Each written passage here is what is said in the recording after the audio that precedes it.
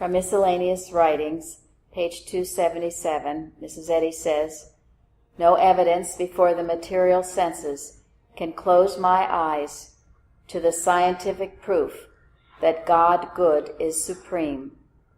Though clouds are round about him, the divine justice and judgment are enthroned. Love is especially near in times of hate, and never so near when one can be just amid lawlessness and render good for evil." That is a beautiful quote from Mrs. Eddy.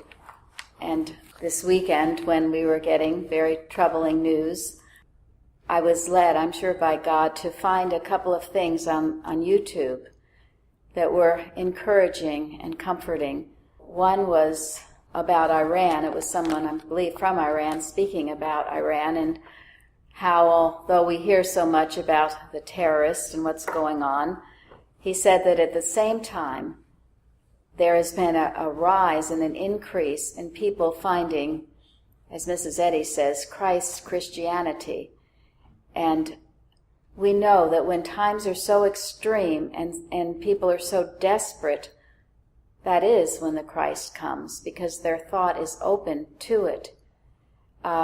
It gave testimonies of people who had experienced either what they call dreams or visitations, where they felt the Christ's presence, and they, coming out of great darkness, found the Bible and Christianity and became Christians. It was very compelling testimony to this, and so encouraging, because why wouldn't that be? Why wouldn't that Christ present be there? It's everywhere. And we've read in the Bible during our Bible studies how the Christ does come as an angel, as a dream, as a visitation, especially when the need is so dire. And then there was another a YouTube of a man who, giving his testimony, who was a jihadist and was totally following all the beliefs of the Quran, and planning, even if he had to give his life for Allah, and doing everything he could to be a good jihadist, I will say. And he was in prison. I forget why, but for some reason. And anyway, he was teaching other prisoners there about how to become a jihadist, how to fight the holy war. And in the middle of all that, he too had a visitation, or the presence of the Christ. And when he cried out as to what this was, and in such deep need and yearning to know the truth, that Christ's truth spoke to him. And he begged for forgiveness.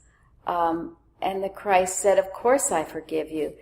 And he knew then that he had found the real God, because of the God that he had worshipped, there was no forgiveness. And he just got on his knees and wept, and his whole life experience changed. He became a Christian. And again, this was such compelling testimony. And he said, "And don't take my word for it. You find God for yourself. You find this God of love, unconditional love and peace and forgiveness. This is the God.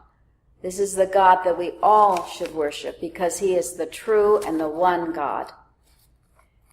So tonight, I just express so much gratitude, because that is the truth of all mankind, their need for this Christ and the Christ's presence there. And this is what will heal this sense of hatred and fighting and war. God's love present with each and every one. I'm so very grateful for this truth. I'm certainly grateful tonight for those beautiful readings on faith, and also for the wonderful testimonies and music. So grateful to be here with everyone.